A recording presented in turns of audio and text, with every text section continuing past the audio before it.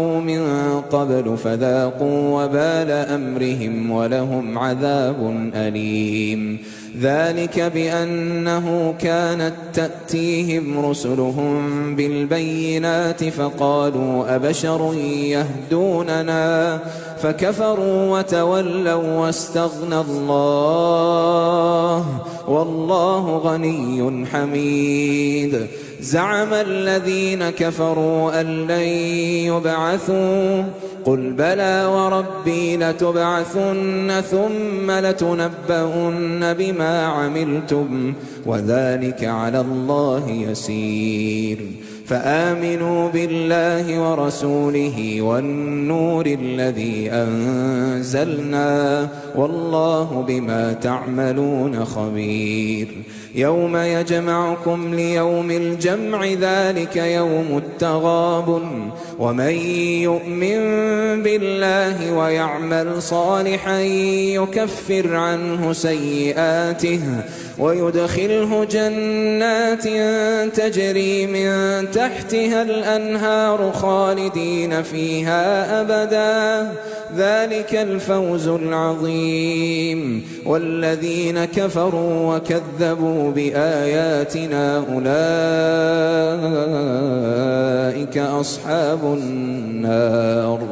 أولئك أصحاب النار خالدين فيها وبئس المصير ما أصاب من مصيبة إلا بإذن الله ومن يؤمن بالله يهد قلبه والله بكل شيء عليم وأطيعوا الله وأطيعوا الرسول فإن توليتم فإنما على رسولنا البلاغ المبين الله لا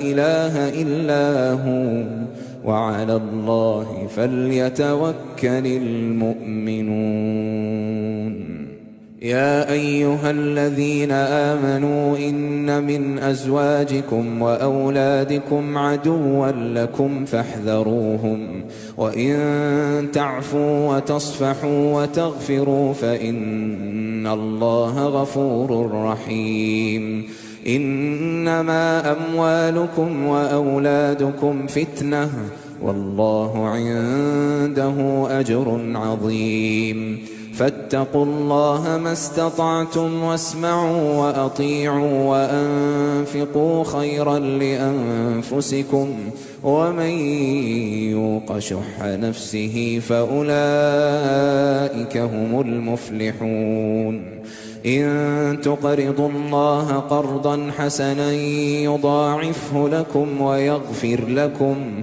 والله شكور. Kami ingin membacakan terlebih dahulu tata tertib kajian sebelum kajian dimulai.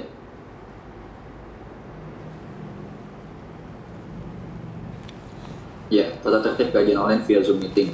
Yang pertama, menggunakan nama sebenarnya sehingga mudah dikenali. Kemudian, mematikan fitur video dan mute mikrofon atau audio saat join dan saat kajian berlangsung.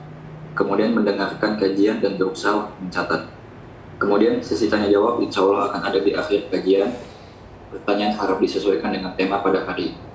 Kemudian pertanyaan bisa dikirimkan kepada host atau co-host atau moderator untuk kami bacakan, atau bisa bertanya langsung dengan raise hand. Dan aturannya yang akhwat kamera wajib di off, dan yang ikhwan kamera boleh on jika berkenan.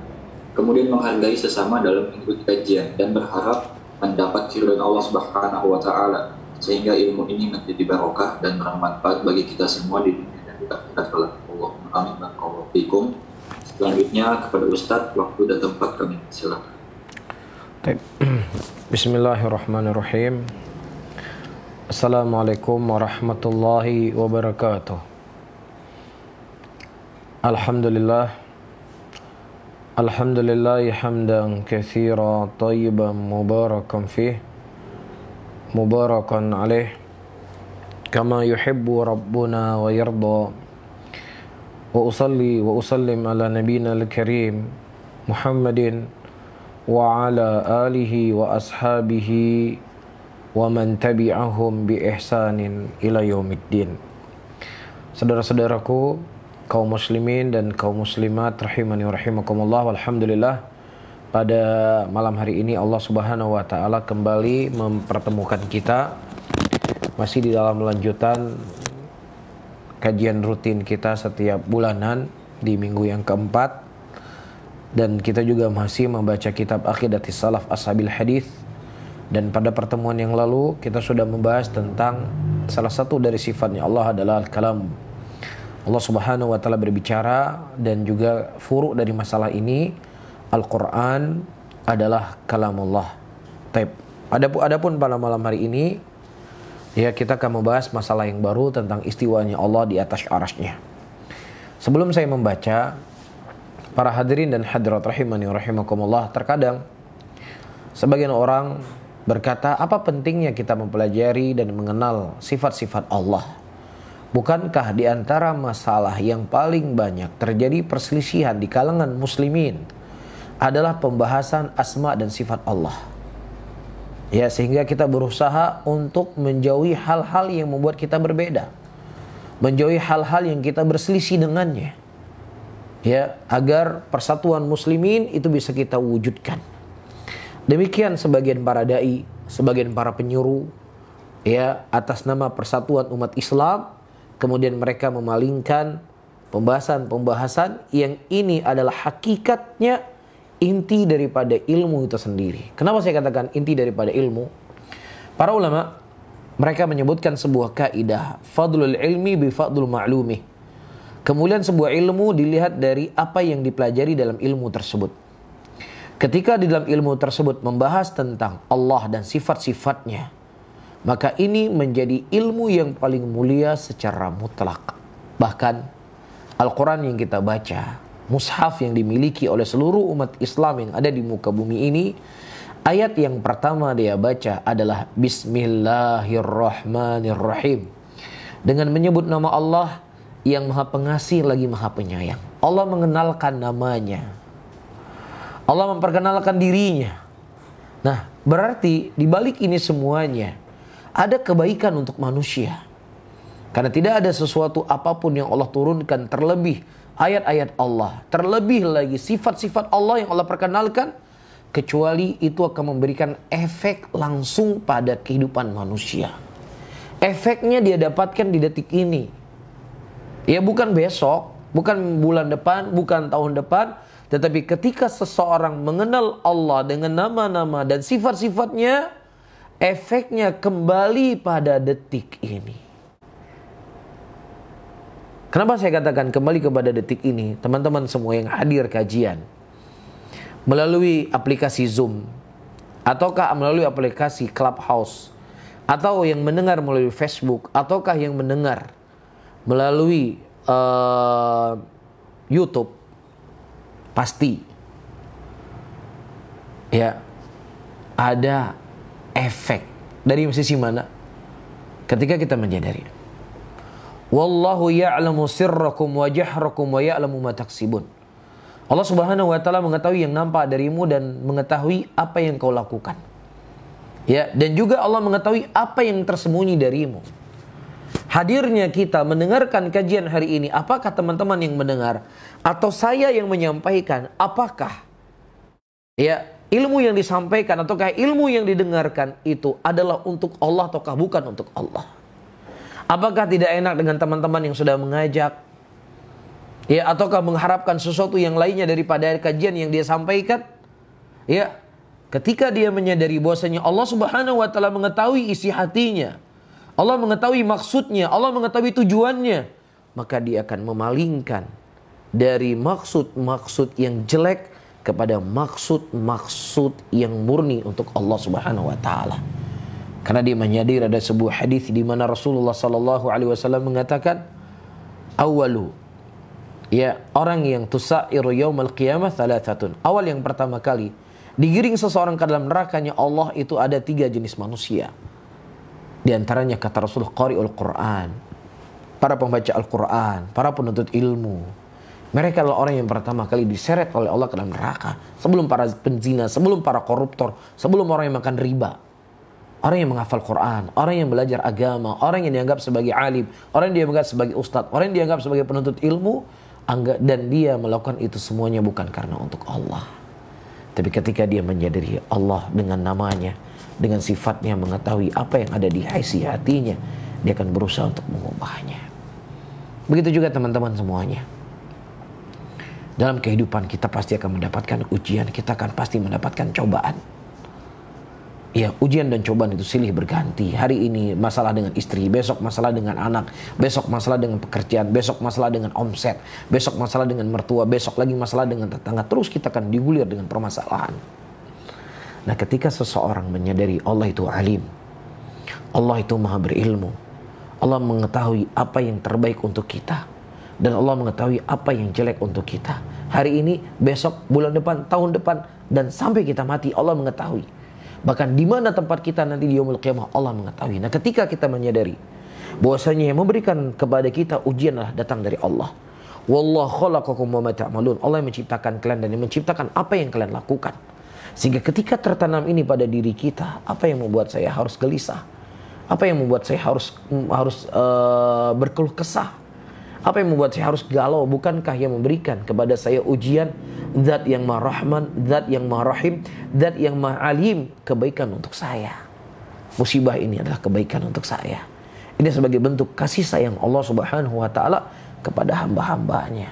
Para hadirin dan hadirat, saya menyebutkan secuil atau sedikit saja daripada manfaat ketika kita mengenal Allah, sehingga mungkin tidak perkara yang paling urgen dalam agama, perkara yang paling penting dalam agama kemudian tidak dijelaskan dan tidak diterangkan kepada kita sejelas-jelasnya dan segamblang-gamblangnya. Tentunya ini adalah perkara yang sangat mustahil. Bisa difahami ya? Baik. Nah, ini mukadimah penting untuk saya sampaikan agar kita bisa memahami ya, dan bisa menjadikan benteng ya syubhat orang-orang yang ingin meragukan atau ingin menanamkan ya keraguan di tengah-tengah umat Islam terkait permasalahan ini. Nah, disebutkan ayyuhal ikhwah rahimani wa rahimakumullah oleh Syekh rahimahullahu taala, wa ya'taqidu ashabul hadithi wa yashhaduna anna Allah subhanahu wa ta'ala fawqa sab'i samawati ala arshihi mustawin kama nataqa bihi kitabuh fi qawlihi azza wa jalla fi suratil a'raf inna rabbakumullahu alladhi khalaqas samawati wal ard fi sittati ayyamin thumma istawa 'alal 'arsy. Wa ya'taqidu ahlul hadith mereka meyakini, wa yashhadun, dan mereka mempersaksikan dengan ilmu yakin di kalangan di sisi mereka, annallaha subhanahu wa ta'ala fawqa sab'a samawati. Allah subhanahu wa ta'ala itu berada di atas langit yang ketujuh. Ala arsyihi, di atas arasnya. Mustawin, oleh itu tinggi. Kama nataqa bihi kitabuh fi qawli azza wa jalla fi suratil a'raf. Ya, sebagaimana yang dilafatkan atau yang diucapkan dalam Alkitab, dalam firman-Nya Allah Subhanahu wa taala dalam surat Al-A'raf. Taib. Inna rabbakumullah, sesungguhnya Rabb kalian adalah Allah. Alladzi khalaqas samawati wal ard, yang Dia menciptakan langit-langit dan bumi. Fi sittati ayyam, pada 6 hari. Kemudian Allah Subhanahu wa taala beristiwa di atas arasy-Nya. Yang melihat, yang mengkhabarkan kepadanya, dan ada yang serupa dengannya. Ya, orang ini bentuknya demikian. Maka kita punya gambaran dalam benak kita bahwasanya sesuatu itu demikian. Nah, ketika kita berbicara tentang sifat Allah, para hadirin dan hadirat rahimani wa rahimakumullah, pertama, kita tidak pernah melihat Allah karena memang kita tidak bisa melihat Allah di muka bumi ini. Allah mengatakan lan tarani, engkau tidak akan bisa melihatku. Dan begitu juga, tidak ada satupun manusia yang melihat Allah. Nabi Muhammad SAW juga tidak melihat Allah Rabbul Alamin. Ya. Dan yang ketiga, tidak ada satupun yang serupa dengan Allah. Nah, ketiga hal ini tidak mungkin, maka hanya ada satu jalan cara kita mengenal Allah. Cara kita mengetahui sifat-sifat Allah yaitu dari apa yang dikhabarkan oleh Allah Subhanahu wa taala kepada Rasulnya, ya, dan apa yang dikhabarkan oleh Nabi Muhammad sallallahu alaihi wasallam kepada kita dari apa yang Allah telah khabarkan kepada Rasulnya. Sehingga apa yang datang dari Nabi Muhammad sallallahu alaihi wasallam, disitulah kita berhenti. Ya, di mana beliau berjalan, di situ kita berjalan. Ya, jangan melampaui batas dari apa yang telah digariskan dan telah ditetapkan oleh Nabi Muhammad sallallahu alaihi wasallam. Rasulullah sallallahu alaihi wasallam membaca ayat ini. Inna rabbakumullah. Sesungguhnya Rabb kalian adalah Allah yang menciptakan langit-langit dan menciptakan bumi selama 6 hari. Kemudian Allah Subhanahu wa taala beristiwa di atas arasy-Nya. Ketika Rasulullah membaca ayat ini, tidak ada satupun para sahabat Rasulullah sallallahu alaihi wasallam yang mereka berkata kepada Nabi, "Ya Muhammad, ya Rasulullah, kalau seandainya Allah Subhanahu wa taala beristiwa di atas arasy, bukankah nanti Allah akan membutuhkan kepada arasy? Bukankah arasy itu akan meliputi Allah? Ya, sehingga arasy lebih besar daripada Allah Subhanahu wa taala. Bukankah itu akan menyerupai Allah Subhanahu wa taala dengan makhluknya?" Teman-teman semuanya, para hadirin, ketika kita berbicara tentang keseriusan, kesemangatan ghirah, ya, mengetahui kebenaran, tidak ada seorang pun manusia di muka bumi ini yang lebih menginginkan kebenaran dibandingkan Nabi Muhammad sallallahu alaihi wasallam dan para sahabatnya. Ketika di sana Rasulullah membutuhkan penjelasan, Rasulullah akan menjelaskan. Begitu juga para sahabat Rasulullah ketika mereka ingin mengetahui sesuatu yang itu membutuhkan rincian dan membutuhkan penjelasan, mereka akan tanyakan kepada Nabi Muhammad sallallahu alaihi wasallam. Ya, Nabi sallallahu alaihi wasallam kebiasaan beliau selesai sholat, beliau menghadap kepada makmum. Iya, beliau berzikir kepada Allah Subhanahu wa taala. Namun, pernah suatu hari setelah Nabi sallallahu alaihi wasallam sholat, beliau langsung pulang ke rumah beliau. Ya, tidak seperti biasanya beliau berzikir. Kemudian beliau kembali sholat, kembali ke masjid, dan beliau berkata, sesungguhnya aku mengingat tadi dalam sholatku ada sedekah yang belum aku bagikan. Jadi kebiasaan yang dilakukan oleh Nabi berzikir tadi, kemudian beliau melakukan di luar kebiasaan, beliau jelaskan kenapa. Begitu juga para sahabat Rasulullah. Pernah suatu hari Nabi SAW beliau membaca, ya, atau beliau sholat, kemudian tiba-tiba dalam sholat beliau mengatakan, al-anuka bilanatillah, aku melanat engkau dengan lanatnya Allah. Kemudian para sahabat Rasulullah SAW bertanya, ya Rasulullah, kami nggak pernah mendengar engkau mengucapkan doa ini, kenapa ya Rasulullah engkau baca doa ini? Kemudian Nabi berkata, sesungguhnya tadi ada syaitan yang menggangguku sholat, kalau seandainya aku tidak khawatirkan doa Nabi Yunus, doa Nabi Sulaiman, maka niscaya aku akan mengikat dia supaya kalian bisa melihatnya. Inti yang ingin saya sampaikan dua kisah ini, saya tidak ingin memanjangkan kisah-kisah yang lainnya, ya, supaya ada gambaran di sini kesemangatan Rasulullah menyampaikan sesuatu perkara yang itu butuh untuk disampaikan, dan para sahabat mereka bertanya kepada Nabi sesuatu yang itu para hadirin dan hadirat rahimani wa rahimahullah mereka butuhkan. Tapi ketika Rasulullah membaca inna rabbakumullahu alladzi khalaqas samawati wal ard fi sittati ayamin thumma istawa 'alal 'arsy, tidak ada satupun para sahabat Rasulullah bertanya sebagaimana orang hari ini bertanya. Iya. Ya, bukankah kalau Allah beristiwa di atas arsy berarti Allah membutuhkan kepada arsy, dan arsynya Allah lebih besar daripadanya Allah, sehingga Allah diliputi oleh arsynya, Allah diliputi oleh sisi-sisinya. Dan bukankah juga Allah Subhanahu wa taala, dan di mana Allah Subhanahu wa taala sebelum diciptakan arsy, beraneka ragam pertanyaan-pertanyaan yang ada di benak manusia di dalam pembahasan asma dan sifat tidak lain ini para hadirin, mereka telah tercocoki dan telah terkotori dengan ilmu-ilmu filsafat dan syubhat, ya, tentang tiga hal yang saya sebutkan tadi. Ya, Allah membutuhkan arsy, Allah Subhanahu wa taala diliputi oleh arsy, ya, dan di mana Allah sebelum diciptakan arsy nanti akan kita sebutkan. Cuman kita baca dulu apa yang disebutkan oleh Syekh Thariqahnya Ahlul Hadis di dalam menetapkan sifat-sifat Allah, mereka datangkan ayat sebagaimana datangnya. Dan kita lihat apakah mereka mentakwil sebagaimana takwilnya orang-orang pada hari ini. Baik, kita lihat. Wa qawlu fi surati Yunus, Dan Allah Subhanahu wa taala berkata dalam surat Yunus, "Inna rabbakumullahu alladzi khalaqas samawati wal arda fi sittati ayyam." Fi sittati ayyam thumma istawa 'alal 'arsy. Sesungguhnya Rabb kalian yang menciptakan langit-langit dan menciptakan bumi selama 6 hari, kemudian Allah Subhanahu wa taala beristiwa di atas arasy-Nya. Baik. Lanjut.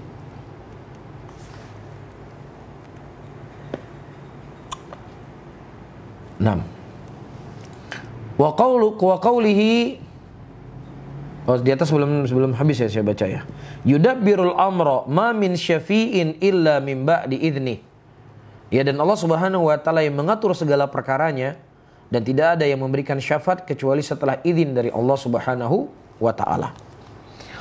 Kemudian Allah Subhanahu wa taala mengatakan dalam surat Ar-Ra'd,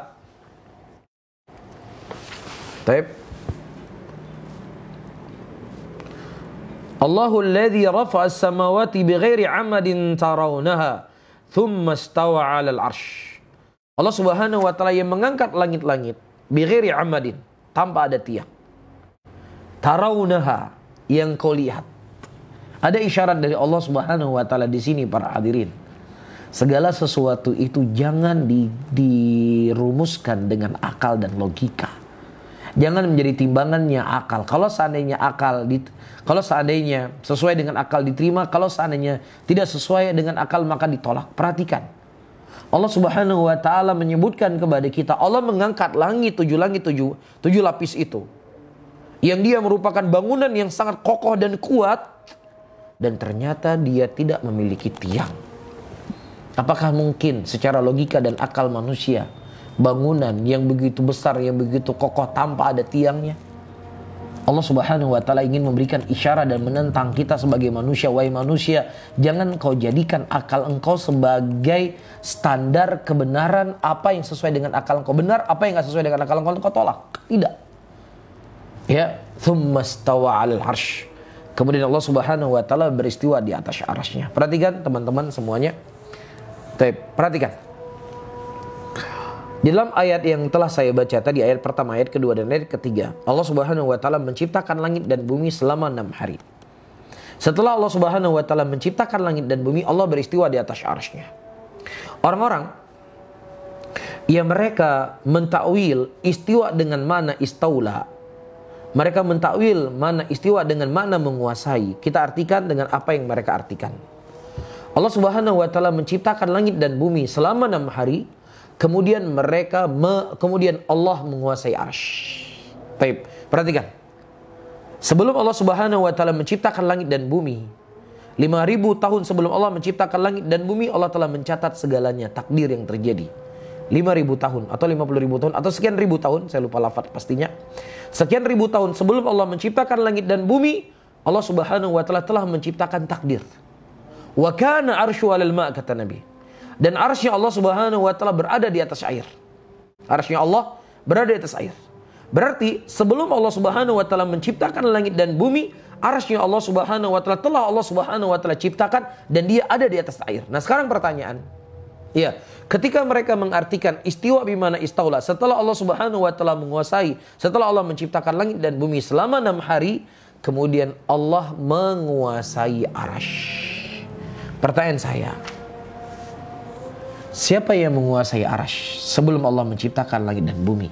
Sementara arsy itu sudah ada sebelum adanya langit dan bumi. Siapa?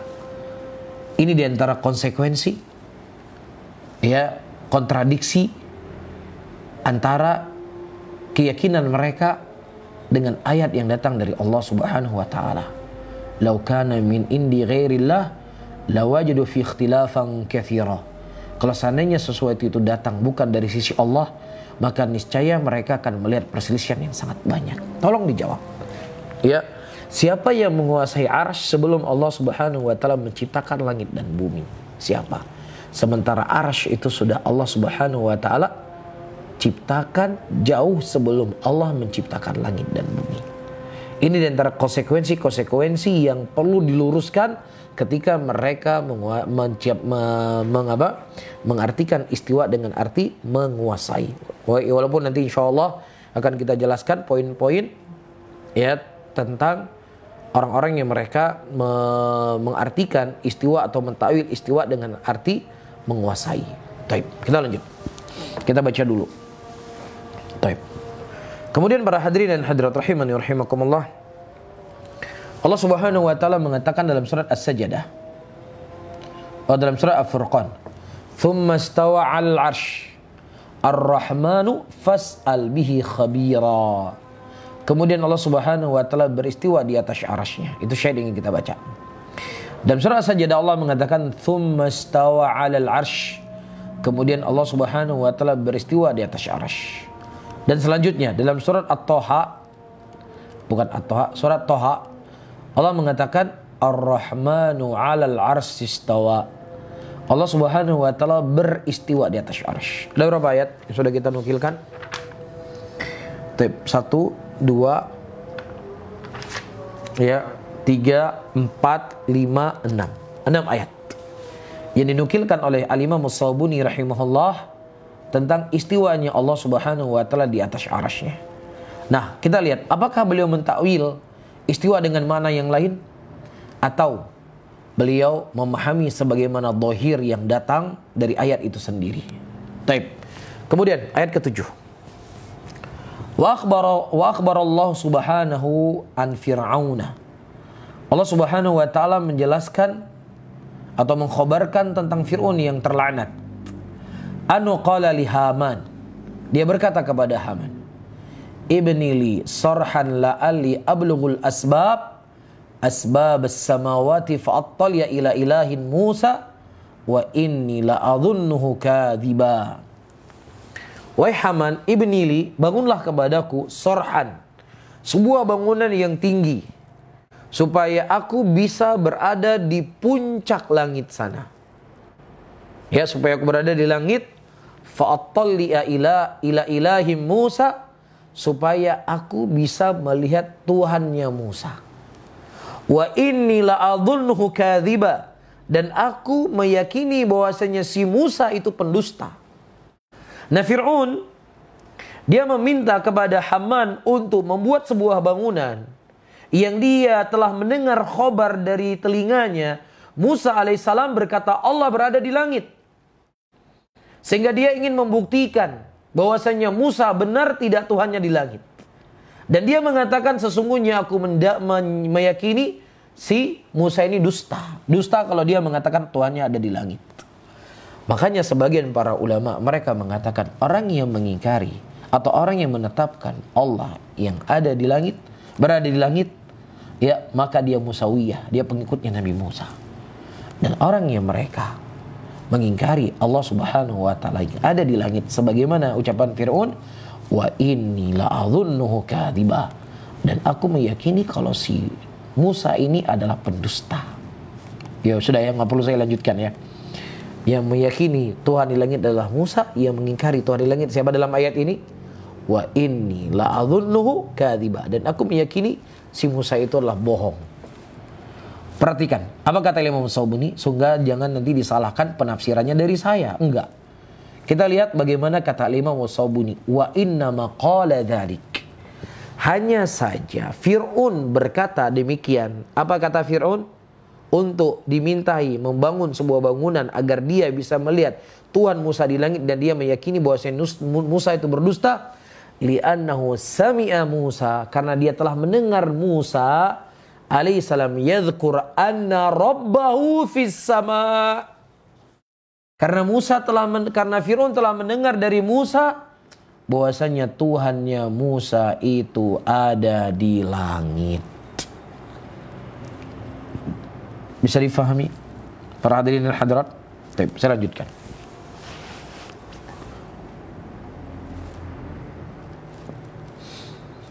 Nah, ala tara ila qawlihi, tidaklah engkau melihat pada ucapan Fir'aun yang Allah sebutkan dalam Al-Quran, wa inni la'adhunnuhu kadhiba, dan aku menduga bahwasannya dia itu bohong. Yakni fi qawli inna fis sama ilahan, yakni maksudnya ucapan Musa yang mana Musa berkata bahwasanya Allah berada di langit itu bohong menurut pandangan Fir'aun. Para hadirin dan hadirat, Agama ini adalah sesuatu yang jelas dan gamblang.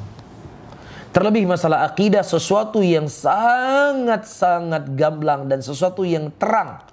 Sebagaimana Rasulullah mengatakan, taraktukum ala bayda lailuha ka'anhariha. Aku tinggalkan kalian di atas cahaya yang sangat terang menerang, yang mana malamnya bagaikan siangnya. Permasalahan cebok yang itu para hadirin hanya sekedar untuk bersih-bersih. Ya, jelas terang dijelaskan kepada kita oleh Nabi, apalagi sisi keterkaitannya dengan nama Allah dan sifat Allah yang itu akan berefek kepada kolbu kita, yang itu akan berefek dalam kehidupan kita sehari-hari, dunia dan akhirat kita, sehingga tidak akan mungkin Allah dan Rasulnya tidak menjelaskan kepada kita sejelas-jelasnya dan seterang-terangnya. Akan tetapi terkadang ada maqasid, ada tujuan-tujuan ya tertentu yang seseorang menolak ayat-ayat yang datang dari Allah tentang penyebutan ayat ini. Nah, selanjutnya kita tanya sama mereka, apakah Anda sudah pernah naik ke langit 7 sehingga kemudian Anda melihat nggak ada Allah di sana? Ada nggak Anda datang ke langit 7 untuk melihat? Kalau Anda menjawab nggak masuk akal, nggak masuk logika. Kalau tidak masuk akal dan tidak masuk logika, banyak hal yang tidak masuk akal, tidak masuk logika, tetapi hari ini justru kita sebagai pelakunya. Seperti yang sudah sering saya sampaikan, ini yang hadir kajian, setahu saya yang hadir kajian ada yang dari Indonesia. Di Indonesia ada yang dari Aceh, ada yang di Jakarta, ada yang di Malang, ada yang di Surabaya, atau mungkin ada daerah yang lainnya. Begitu juga ada yang hadir kajian malam ini dari Abu Dhabi, ada yang dari Dubai mungkin. Ya, atau mungkin belahan dunia yang lainnya. Ya, kita dalam satu waktu di jam yang sama, di waktu yang sama bisa langsung mendengar apa yang saya sampaikan dan bisa melihat gerakan tangan saya. Ya, bisa melihat gerak-gerik mulut saya dan juga saya bisa melihat para hadirin yang hadir mendengar kajian malam hari ini. Kitabnya disiarkan dari Malang. Ya, atau dari Jakarta, saya bisa baca di Aceh. Ini kira-kira 20 tahun yang lalu masuk akal kita atau enggak? 20 tahun yang lalu ini enggak masuk akal kita, tapi hari ini kita sudah menyaksikan sesuatu yang enggak masuk akal kita terjadi. Nah, apalagi ketika kita berbicara tentang sifat Allah. Ya, berbicara tentang masalah gaib. Maka tentunya jangan kita pakai akal kita yang sangat pendek ini. Cukup kita terima apa yang Allah Subhanahu wa taala khabarkan. Sebagaimana kata Imam Az-Zuhri rahimahullah, "Allahil bayan wa 'ala rasul balagh wa 'alaina taslim." Allah yang menjelaskan agama ini, Rasul yang menyampaikannya, kita cukup terima. Kalau seandainya mau mentakwil sana mentakwil sini para hadirin dan hadirat, Nabi Ibrahim alaihissalam yang pantas untuk mentakwil dari perintah Allah Subhanahu wa taala. Ketika Allah memimpikan Nabi Ibrahim alaihissalam untuk menyembelih anaknya, kemudian dia berkata kepadanya, "Ya bunayya ini aral fil manam anni adzbauka fandur madza tara." Wahai anakku, sesungguhnya aku melihat dalam mimpiku aku menyembelih engkau, bagaimana menurut engkau wahai anakku? Nabi Ibrahim tidak berkata, enggak mungkinlah Allah yang Maha Rahmat, Allah yang Maha Rahim, Islam yang lembut ini, Islam yang sangat membawa kebaikan ini, memerintahkan untuk menyembelih anak sendiri, menyembelih manusia ini enggak manusiawi, enggak mungkin. Ini enggak masuk akal kita, kok bisa anak disuruh sembelih satu-satunya. Jadi maksudnya yang disembelih ini adalah hewan peliharaan anak saya. Atau yang disembelih di sini adalah waktu saya yang disembelih, sehingga waktu saya lebih fokus dengan anak saya. Enggak ada Nabi Ibrahim mentakwil demikian, justru beliau mengambil anaknya. Beliau sudah menyiapkan pedang untuk menyembelih anaknya, untuk menyembelih anaknya. Dua-duanya saling berhadapan. Jadi kalau seandainya mentakwil, beliau lebih berhak untuk mentakwil, tapi beliau tidak melakukannya. Kita tidak mengingkari. Ya, ada ayat-ayat yang di sana memang dipalingkan kepada makna yang lainnya. Ketika datang dalil yang menunjukkan makna ini kepada makna ini, kita tidak mengingkarinya. Tapi secara hukum asal para hadirin dan hadirat rahimani wa rahimakumullah, pembahasan dalam sifat-sifat Allah kita imani sebagaimana datangnya. Kita semuanya tidak lebih cerdas dibandingkan Al-Imam Barbahari. Ya, bersama dengan itu sekian banyak ayat yang beliau datangkan di sini. Dan tidak ada yang beliau takwil, tetapi justru beliau memahami sebagaimana zahirnya. Ya, ini kitab kan sudah diubah-ubah sama Wahabi. Wahabi ini dia suka mengubah-ubah kitabnya ulama. Kalau sudah demikian kondisi dan keadaannya, Allah mengatakan idza khatabahumul jahilun qalu salama. Kalau seandainya orang jahil mengajak engkau berbicara, udah ucapkan saja selamat tinggal. Karena orang-orang yang seperti ini, para hadirin dan hadirat rahimani wa rahimakumullah, ya kalau seandainya Rasulullah SAW datang dan kemudian mengkhabarkan Allah Subhanahu wa taala berada di atas arasnya ketika dia seseorang itu telah terpenuhi syubhat dan syahwat dalam hatinya, maka sulit dia akan menolaknya. Dia sulit akan menerimanya, justru dia akan menolaknya. Ya, bukankah orang-orang yang dulunya menuhankan Ali? Ya, Ali sendiri yang mengingkari mereka bahwasanya Ali bukan Tuhan. Bahkan Ali ingin membakar mereka hidup-hidup, justru semakin yakin mereka kalau Ali Tuhan mereka. Karena tidak akan mungkin ada sesuatu yang menghadap sesuatu dengan api kecuali pemilik api. Tambah yakin mereka kalau Ali itu sebagai Tuhan mereka. Padahal Ali sendiri yang mengatakan, saya bukan Tuhan, saya bukan Tuhan. Tapi semakin yakin mereka kalau Ali itu sebagai Tuhan mereka. Inilah bahayanya syubhat. Inilah bahayanya para hadirin dan hadirat ketika kita menyelisihi daripada jalannya para ulama salaf. Dan kami hanya cuma sekadar membaca.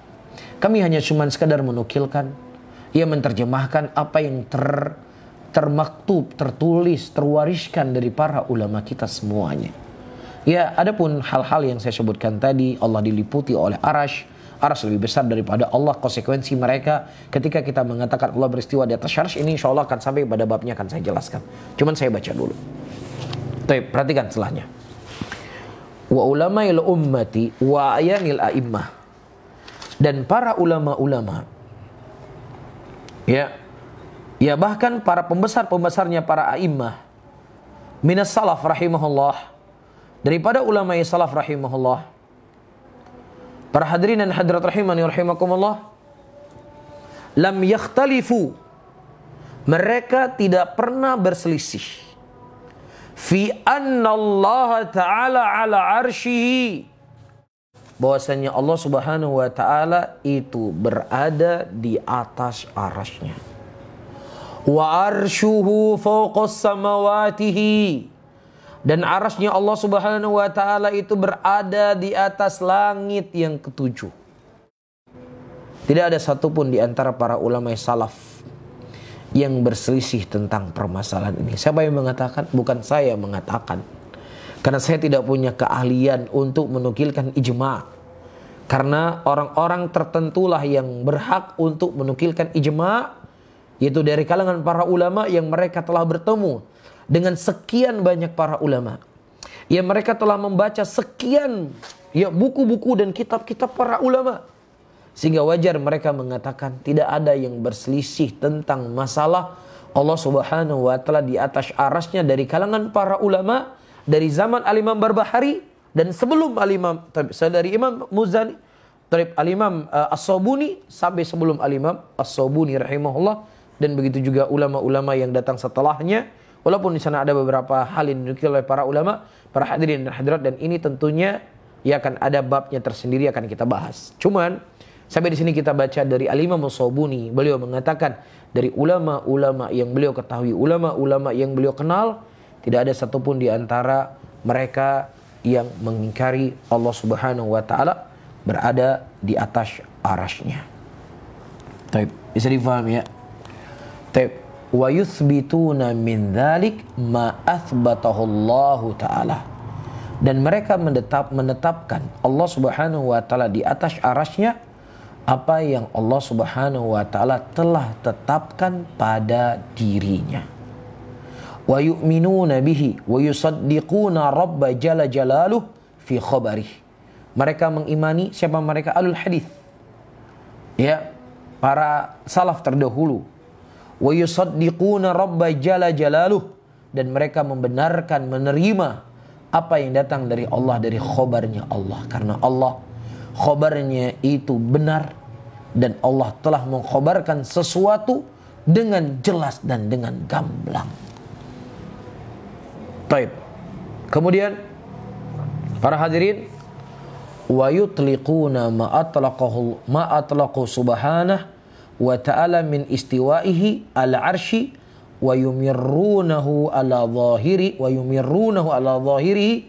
wa yakiluna ilmahu ilallah wa yaqulun amanna bihi kullum min indi rabbina wa ma yadhakkaru illa ulul albab. Kama akhbar Allah Ta'ala, saya artikan dulu, saya baca dulu.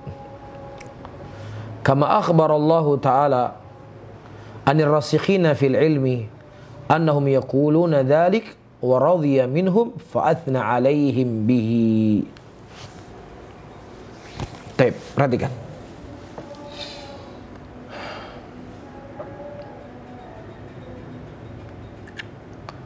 Wa yutliquna ma atlaqahu subhanahu wa ta'ala min istiwahi.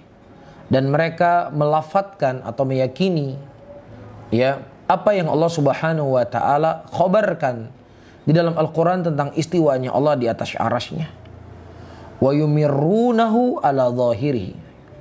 Dan mereka melewati, meyakini, memahami ayat-ayat tersebut sebagaimana zahirnya. Ini bukan keyakinan Wahabi. Ini bukan keyakinan Ibnu Taimiyah.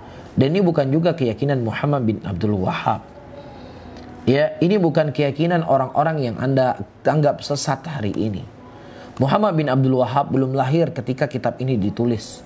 Ibnu Taimiyah juga belum lahir ketika kitab ini ditulis. Apalagi kita. Ya, kita belum lahir. Mungkin buyut kita juga belum lahir. Al-Imam As-Sabuni rahimahullah boleh hidup pada tahun 300 Hijriah. 373 Hijriah dan beliau wafat pada tahun 449 Hijriah. Ya, belum lahir Ibnu Taimiyah, belum lahir bapaknya Ibnu Taimiyah. Ya, juga mungkin belum lahir kakeknya dia. Tetapi di sini Al-Imam As-Sabuni telah berkata wa yumirrunahu ala zahirihi. Dan kita melewati dari ayat-ayat tentang sifat Allah dan terkhusus tentang istiwanya Allah sebagaimana zahirnya.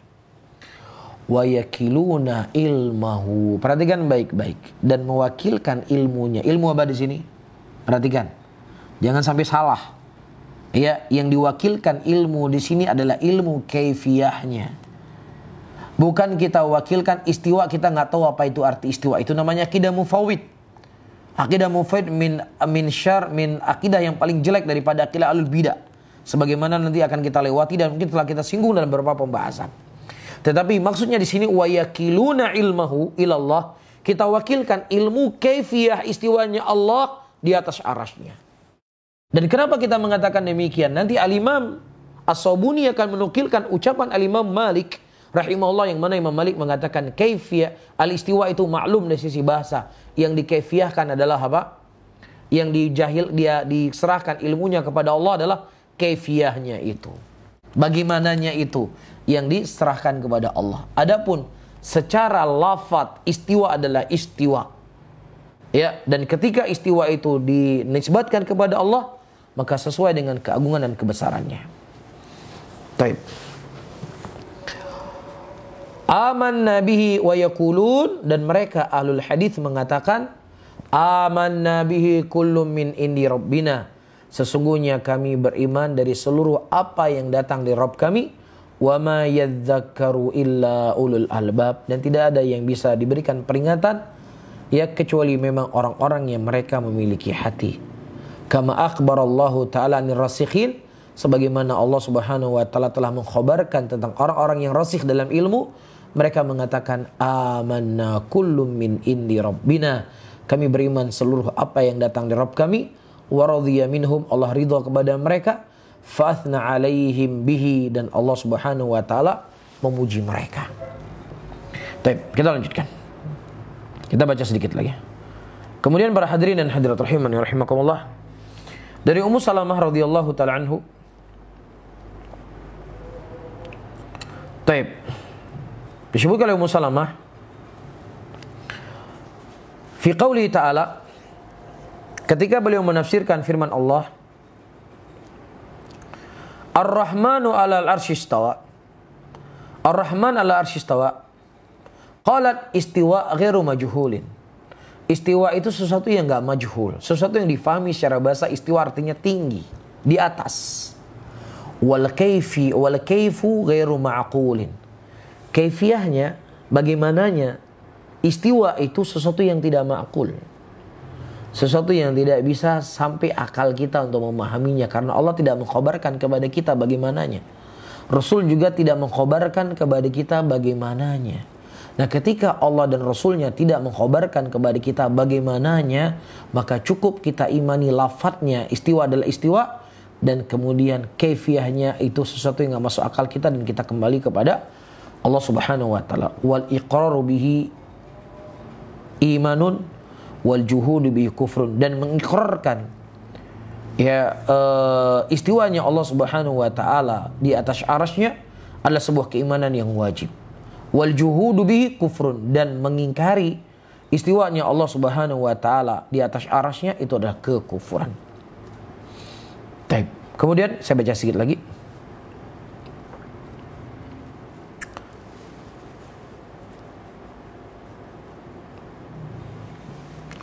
An Ja'far bin Abdullah qala ja'a rajulun ila Malik ibn Anas,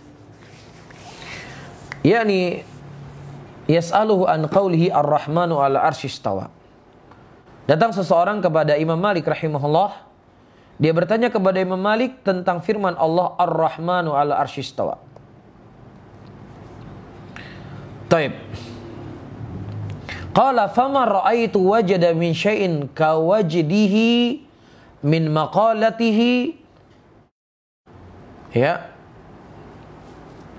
wa 'ala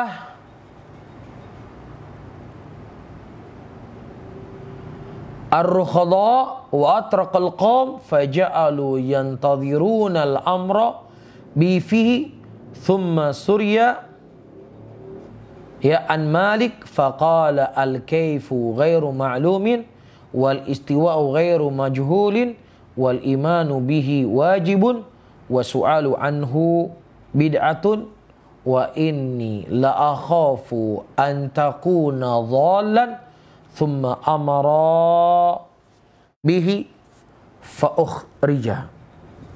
Baik, perhatikan. Baik. Para hadirin dan hadirat rahimani rahimakumullah, disebutkan dari Al-Imam Malik rahimahullah. Baik, dari Ja'far bin Abdullah, datang seorang laki-laki kepada Imam Malik rahimahullah. Dan kemudian dia bertanya kepada Imam Malik tentang ayat Ar-Rahmanu 'ala arsy istawa. Allah Subhanahu wa taala beristiwa di atas arasy-Nya. Fama ra'aituhu wajada min syai'in kawajdihi min maqalatihi. Jadi dari ucapan orang ini, Al-Imam Malik rahimahullahu taala merasakan sesuatu dari apa yang dia ucapkan, sehingga membuat Al-Imam Malik rahimahullah marah pada waktu itu. Ya, marah Imam Malik. Ya, sampai-sampai apa? Ya, beliau mengangkat suaranya. Lanjut. Ya, Imam Malik rahimahullah beliau mengangkat suaranya. Kemudian para hadirin dan hadirat rahimani rahimakumullah, wa atraqal qawm faja'alu yantadhirun, sehingga membuat orang-orang pada waktu itu menunggu apa yang akan diucapkan oleh Imam Malik rahimahullah dari laki-laki ini yang dia bertanya tentang bagaimana istiwanya Allah Subhanahu wa taala di atas arasy-Nya. Taib. Kemudian kita ketahui Imam Malik adalah ulama yang sangat disegani pada waktu itu. Kalau seandainya mereka bertanya sesuatu kepada Imam Malik rahimahullah, maka Imam Malik rahimahullah kalau beliau tidak menjawab, mereka tidak akan pernah mengulangi soalnya. Maka ketika datang laki-laki ini bertanya kepada Imam Malik tentang bagaimana istiwanya Allah Subhanahu wa taala di atas arasy-Nya, dan Imam Malik rahimahullah pada waktu itu beliau marah, seraya beliau berkata, al-kaifu ghairu ma'lumin. Bagaimananya istiwa itu sesuatu yang tidak dimaklumi. Wal istiwa'u ghairu majhulin, dan istiwa itu secara bahasa tidak majhul, diketahui maknanya. Dan beriman dengan istiwa Allah di atas arasy adalah sebuah kewajiban, dan bertanya tentang bagaimana istiwanya Allah itu adalah kebid'ahan. Kenapa disebut sebagai kebid'ahan? Karena para sahabat nggak pernah bertanya kepada Nabi ketika Rasulullah membaca sekian puluh ayat tentang istiwanya Allah di atas arasy-Nya. Mereka nggak pernah bertanya, ya Rasulullah, bagaimana istiwa Allah di atas arasy? Nggak pernah mereka bertanya. Sehingga siapa yang bertanya dengan pertanyaan tersebut, dia terjatuh dalam kebid'ahan. Wa inni la akhafu an takuna dhallan, dan aku khawatir bahwasanya engkau ini adalah orang yang sesat. Kemudian Imam Malik rahimahullah memerintahkan orang ini untuk dikeluarkan. Wallahu a'lam bishawab. Mungkin kita berhenti di sini, dan insyaallah pada pertemuan yang akan datang, karena waktu kita sudah habis, kita akan baca ulang ucapan Imam Malik rahimahullah. Cuman ini sesuatu yang sudah dimaklumi bersama ya dari kalangan kita. Ucapan Imam Malik sudah cukup sering dinukilkan oleh para guru-guru dan dinukilkan oleh para ulama kita dalam pembahasan istiwanya Allah Subhanahu wa taala di atas arasy-Nya. Wallahu a'lam bishawab.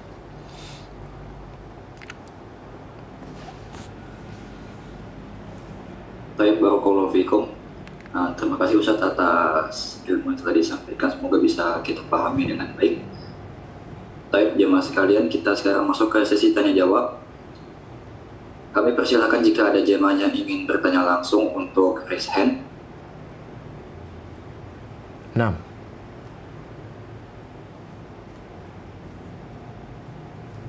ya silakan jemaah jika ada yang ingin bertanya langsung.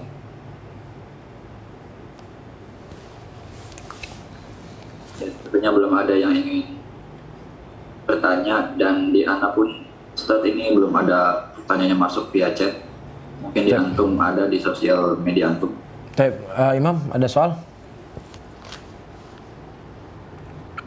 Assalamualaikum. Waalaikumsalam warahmatullahi wabarakatuh. Naam. Assalamualaikum Ustaz. Izin Naam. bertanya Ustaz. Fadhal Abu Abdurrahman. Jazakallah khair. Baik, barakallahu fiik. Jazakallah khair atas penjelasannya Ustaz. Insyaallah cukup jelas sekali.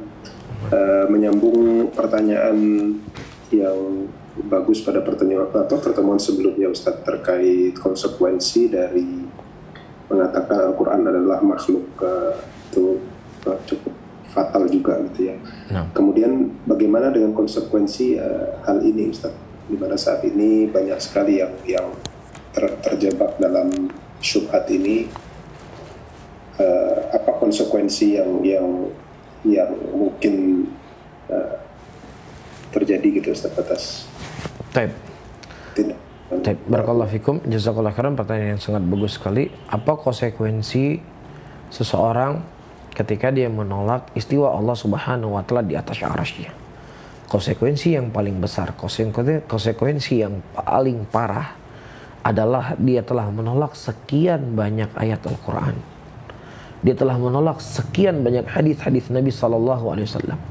Dan dia telah menolak sekian ucapan para sahabat, ya, dan juga ucapan para ulama yang datang setelahnya. Dan ini merupakan konsekuensi yang sangat berat. Ya, menolak satu ayat Al-Quran saja, seorang itu bisa keluar dari Islam. Apalagi dia menolak sekian puluh ayat Al-Quran, sekian puluh hadis atau ratusan hadis, sekian ucapan para sahabat Nabi sallallahu alaihi wasallam tentang istiwa Allah Subhanahu wa taala di atas arasy-Nya. Nah, satu poin konsekuensi ini sudah cukup. Ini merupakan jalan-jalan yang perlu untuk dihindari, karena jelas ini merupakan jalan yang menyimpang dari sunnah Nabi Muhammad sallallahu alaihi wasallam. Baik, wallahu taala alam bisawab. Adapun masalah-masalah yang lainnya, itulah masalah cabang-cabang dari rentetan daripada itu semuanya, tapi ini adalah konsekuensi yang paling berat, menyelisih dari Al-Quran dan menyelisih dari Sunnah. Allah mengatakan, فَلْيَحْذَرِ الَّذِينَ يُخَالِفُونَ الْأَمْرِ أَنْ تُصِيبَهُمْ فِتْنَةٌ أَوْ يُصِيبَهُمْ عَذَابٌ أَلِيمٌ. Berilah peringatan kepada orang-orang yang mereka telah menyelisih perkara kami, akan ditimpa kepada mereka fitnah dan ditimpa kepada mereka azab yang pedih. Dan juga Allah Subhanahu wa taala mengatakan, وَمَنْ يُشَكِّكِ الرَّسُولِ مِنْ بَعْدِ مَا تَبَيَّنَ لَهُ الْهُدَى وَيَتَّبِعْ غَيْرَ سَبِيلِ الْمُؤْمِنِينَ وَلِهِ مَا تَوَلَّى وَنُصْلِهِ جَهَنَّمَ وَسَاءَتْ مَصِيرًا. Dan orang-orang yang mereka durhaka kepada Allah dan Rasulnya, ya, dan mereka menyelisih daripada jalannya kaum mukminin setelah datang kepada mereka petunjuk, maka kami akan palingkan mereka kemana mereka berpaling, dan kami akan masukkan mereka ke dalam neraka Jahannam, dan neraka Jahannam itu merupakan sejelek-jelek tempat kembali. Dan cabang daripada itu para hadirin, Allah Subhanahu wa taala yang lebih tahu tentang dirinya. Dan Allah Subhanahu wa taala telah menyebutkan tentang kemuliaan dirinya, dan Allah telah mensucikan dirinya dari sifat-sifat yang kurang. Nah, ketika seseorang dia mensifati Allah apa yang tidak Allah Subhanahu wa taala sifati pada dirinya, maka dia telah merendahkan kedudukan Allah Rabbul Alamin. Secara logika dan akal dalam kehidupan kita sehari-hari, orang yang mulia itu kita letakkan di atas. Ya, orang yang mulia duduk di atas kursi. Ya, tidak mungkin dia duduknya sama dengan orang di bawahannya. Ketika itu merupakan sebuah kemuliaan untuk manusia, maka Allah lebih berhak untuk mendapatkan kemuliaan dari sisi apa? Bukan dari sisi duduk di atas kursi ya. Dari sisi Allah Subhanahu wa taala itu tinggi. Dan tinggi itu adalah sebuah kesempurnaan.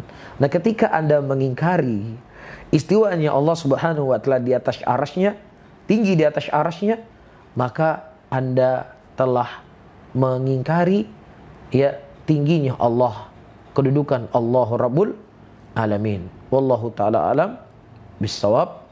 Ilmu indallahi tabaraka wa ta'ala.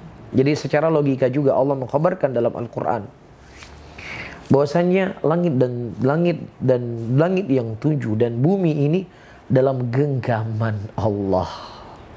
Langit dan bumi dalam genggaman Allah. Perlu ente tanya lagi, perlu kita tanya lagi, para hadirin dan hadirat, ya bukankah Allah nanti arasy lebih besar dari Allah? Langit dan bumi dalam genggaman Allah. Ya, dalam langit itu, di atas langit ada arasy Allah, arasy Allah dalam genggaman Allah. Sehingga sesuatu nggak perlu ditanya lagi para hadirin. Ya, bukankah nanti arasy Allah lebih besar daripada Allah? Ini walaupun saya akhirkan nanti pembahasannya pada pertemuan yang akan datang, kita bahas per step per bab yang ditulis oleh Syekh, karena ulama lebih pintar dan lebih jeli bagaimana cara mereka meruntun sebuah permasalahan dalam ilmu agar ilmu bisa masuk sedikit demi sedikit kepada para penuntut ilmu, daripada kita lari ke sana lari kemari dan lain sebagainya, sementara apa yang ada di kitab kita tidak bisa memahaminya. Jadi seakan-akan kita protes, harusnya Syekh mengatakan begini, nggak mengatakan begini. Iya, jadi kita ikut apa yang ada di kitab dan apa yang ditanya oleh Abu Abdurrahman rahimahullah. Ya, mudah-mudahan ini semakin jelas bagi kita dari isyarat yang kita sebutkan tadi, ayat-ayat sekian banyak. Maka di sini dia telah mengingkari ayat Quran dan mengingkari tentang keagungan Allah Subhanahu wa taala berada di atas arasy-Nya. Nah, wallahu a'lam bishawab.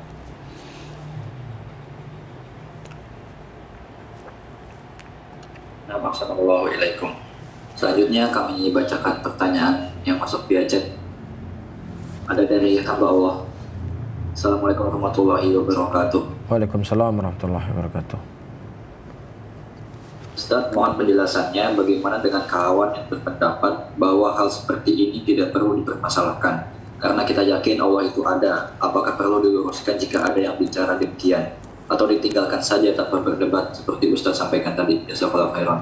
Baik, para hadirin hadirat rahimani rahimahukumullah, kita menghadapi manusia yang tentunya beraneka ragam dan beraneka model.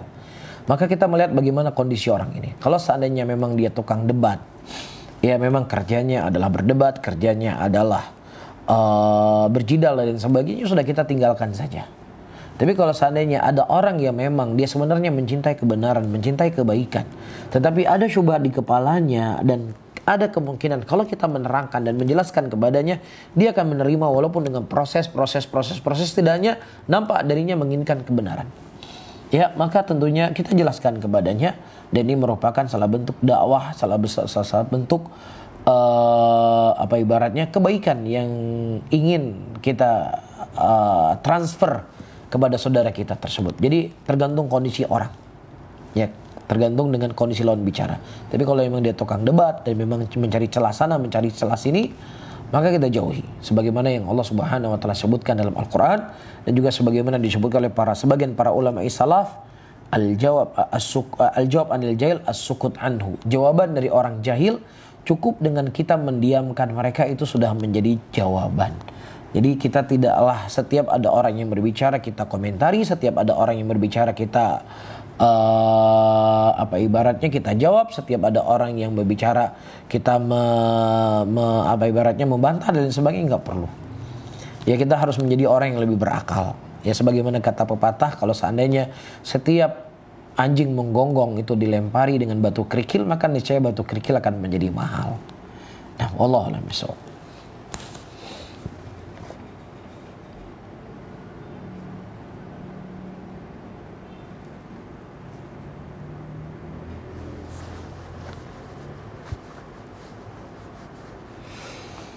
Assalamualaikum Ustaz. Waalaikumsalam.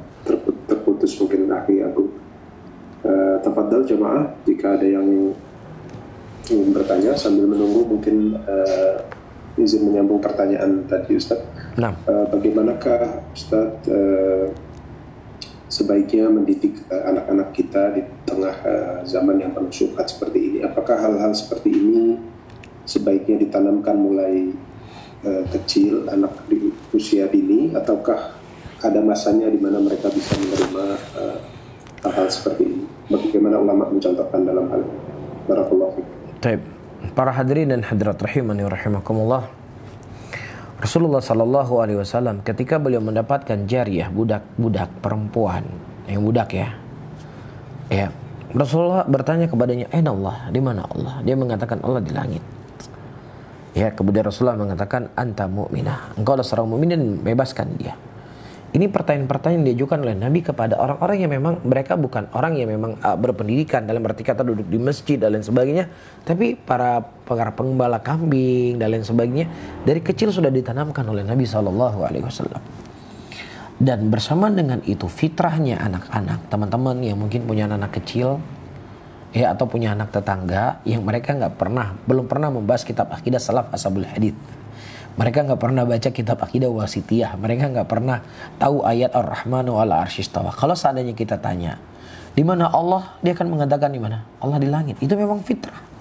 Tinggal fitrah yang sudah ada pada diri mereka kita menambah. Ya apa yang datang dalam Al-Quran, apa yang datang dalam hadis Rasulullah, apa yang membuat dia faham. Ya sebatas yang logikanya itu bisa dia tangkap. Bisa dia nggak usah mendetail-detail kali bahwasanya istiwa itu memiliki sekian makna, al-irtifa wal-ulu wal-qasad dan lain sebagainya. Ya anak-anak kecil kan bingung, yang penting dia paham sesuatu yang mulia itu berada tempatnya di atas. Sesuatu yang agung itu selalu tempatnya di atas. Maka ketika kita berdoa kita minta, ya Allah, ampunilah saya Allah. Ya, dan juga teman-teman semuanya para hadirin hadirat di tengah-tengah saudara-saudara kita muslimin. Ya setiap punya masalah ya sudah kita serahkan saja sama yang di atas. Itu sadar nggak sadar dia mengucapkan demikian. Kalau kita tanya yang sudah terkena syubhat mungkin ya, di mana Allah? Allah di mana-mana. Tapi ketika dia punya masalah, dia akan mengatakan ya sudah kita kembali kepada yang di atas. Ya itu sering kita dapatkan.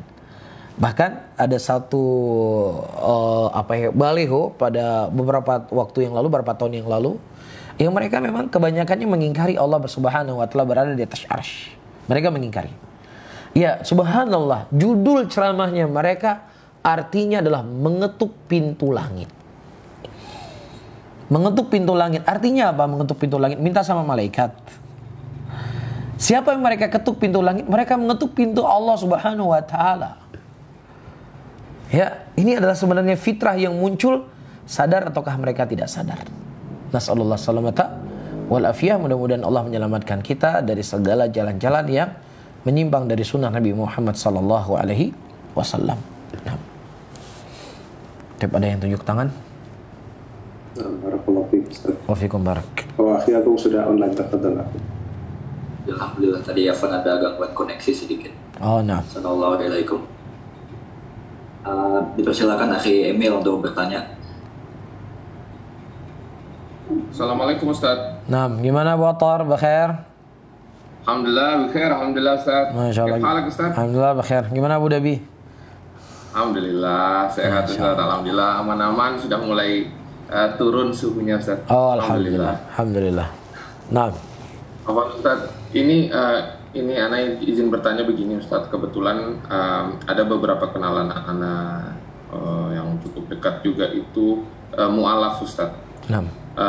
Jadi dari beberapa artikel yang Ana baca mengenai istiwa, itu dari beberapa artikel dikatakan bahwa sebetulnya pengertian istiwa yang menyebutkan istiwa adalah bersemayam itu tidak tepat Ustaz. Kalau dari beberapa artikel yang artikel sunnah yang kita ketahui di internet. Nah, kadang-kadang kita untuk mempercepat menjelaskan kepada saudara-saudara kita yang baru memeluk agama Islam itu, kita menggunakan istilah-istilah yang lebih mudah ya mereka mengerti Ustaz. Jadi sebenarnya apakah bagi kita yang sudah memahami, insya Allah sudah memahami arti dari istiwa itu sendiri, menggunakan istilah-istilah yang mudah, tapi sebetulnya istilah tersebut istilahnya kurang tepat, apakah diperbolehkan Ustaz untuk memberikan penjelasan kepada saudara-saudara kita yang lain? Baik, baik, barakallahu fikum. Pertama, para hadirin dan hadirat rahimani rahimakumullah, kalau seandainya kita baca dari KKBBI atau KBBI, Kamus Besar Bahasa Indonesia, mereka menyebutkan semayam atau bersemayam itu artinya adalah di atas singgasana. Ya, berarti kalau kita artikan di atas, berarti dalam bahasa adalah al-ulu, tinggi artinya. Dan juga di antara arti dari bersemayam adalah duduk. Dan telah datang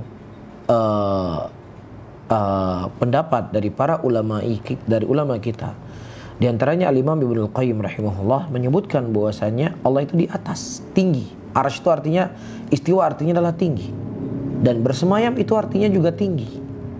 Ya, jadi bersemayam ada artinya tinggi, ada artinya duduk dalam bahasa Kamus Bahasa Indonesia. Sehingga tidak ada masalah seseorang menyebutkan istiwa bersemayam itu dengan istiwa dengan bersemayam. Tidak ada masalah. Karena tidak ada sesuatu apapun yang menyelisih daripada sisi bahasa, dan juga tidak ada sesuatu apapun yang menyelisih dari sisi maknanya. Ini satu hal. Taib. Nah, adapun orang-orang yang baru masuk Islam atau mu'alaf, ya para hadirin dan hadirat rahimani wa rahimakumullah, ya Umar bin Khattab radhiyallahu ta'ala anhu mengatakan, berbicaralah engkau kepada manusia apa yang mereka bisa faham. Karena dikhawatirkan kalau mereka tidak bisa faham, bisa memberikan mudarat untuk diri mereka, akan menjadi membuka pintu fitnah untuk mereka. Sehingga kita tidak perlu merinci, kita tanamkan dulu kepadanya tentang keindahan Islam, ya tentang keindahan syariatnya Nabi Muhammad SAW. Ya, ini yang dulu kita perlu tanamkan kepadanya, kecintaan kepada Allah, kecintaan kepada Rasul. Jangan kita memberikan kepadanya hal-hal yang terlalu berat, ya karena terkadang sesuatu itu perlu proses ya dengan dia memahaminya. Tapi kalau memang seandainya dia tanya, sampaikan dengan pembahasan-pembahasan yang sederhana bahwasanya Allah Subhanahu wa taala di atas arasnya, tinggi di atas arasnya.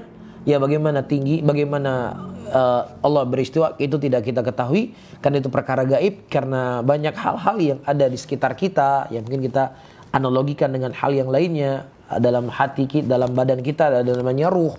Yas'alunaka 'anir ruh, mereka bertanya kepadamu tentang ruh, dan Allah tidak memberikan ilmu tentang ruh itu kecuali sedikit. Ruh itu makhluk Allah. Dia itu berada bersama kita. Tapi kita tidak tahu warnanya apa, baunya bagaimana, ukurannya semana, dia letaknya di mana, enggak ada yang tahu. Enggak ada yang paham. Padahal itu ada dalam badan kita dan itu makhluk. Nah, bagaimana lagi seseorang ingin berbicara tentang Allah Subhanahu wa taala? Maka cukupkan kita apa yang Allah khabarkan. Allah tinggi di atas arasy, sudah cukup, selesai. Bagaimana Allah beristiwa di atas arasy-Nya? Wallahu a'lam bishawab. Yang jelas Allah tinggi di atas seluruh makhluknya. Wallahu a'lam bishawab. Nah. Dan mungkin soal di YouTube juga sudah terjawab dari apa yang ditanya oleh Abu Attar tadi. Apakah boleh kita mengartikan istiwa dengan bersemayam? Tidak ada masalah. Karena bersemayam dalam bahasa KKBBI Bahasa Indonesia itu artinya adalah tinggi di atas. Ya, dan juga di antara artinya adalah duduk. Jadi tidak ada masalah. Dan wallahu a'lam bishawab. Dan saya juga pernah diskusi dengan Ustaz Firanda hafizahullah taala. Dan beliau kita ketahui adalah doktor akidah. Yang tentunya sudah cukup banyak membaca buku akidah. Ya, sudah cukup banyak duduk dengan para ulama tentang permasalahan ini. Beliau juga tidak mengingkari untuk kita artikan istiwa dengan bersemayam. Nah, wallahu a'lam bishawab.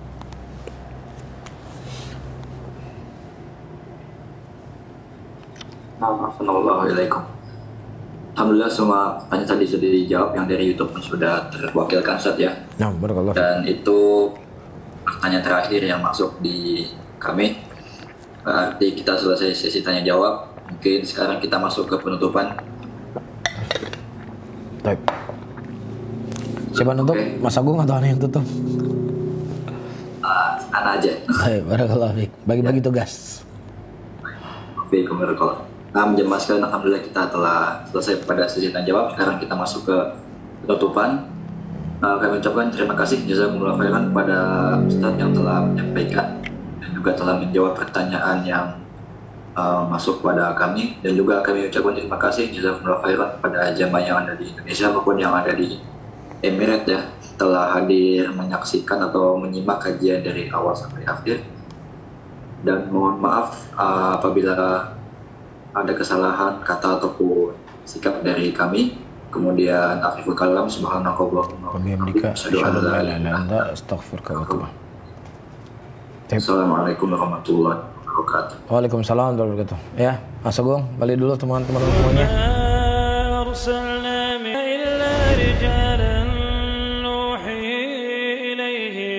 فاسألوا أهل الذكر إن كنتم لا تعلمون بالبينات والزبر وأنزلنا إليك الذكر لتبين للناس ما نزل إليهم ولعلهم يتفكرون أفامن الذين مكروا السيئات أن يخسف الله بهم الأرض أو يأتيهم العذاب من حيث لا يشعرون أو يأخذهم في تقلبهم فما هم بمعجزين أو يأخذهم على تخوف فإن ربكم لرؤوف رحيم أولم يروا إلى ما خلق الله من شيء يتفيأ ظلاله عن اليمين والشمائل سجدا لله وهم داخرون ولله يسجد ما في السماوات وما في الأرض ولله يسجد ما في السماوات وما في الأرض من دابة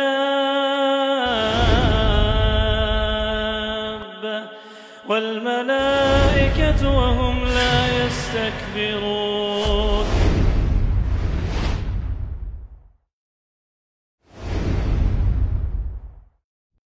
Dakwah yang kita emban itu membutuhkan apa? Ta'awun bersama. Ya. Jadi dakwah itu tanpa ada kalian tidak ada berarti. Cuman ada ustadz saja. Ada yang menyediakan mic, ada yang menyediakan apapun, kan ada, akan berjalan dengan baik. Tetapi ketika masing-masing berjalan dengan apa yang dia mau, maka insya Allah kita semua mendapatkan andil di hadapan Allah Subhanahu wa Ta'ala. Jelas ya?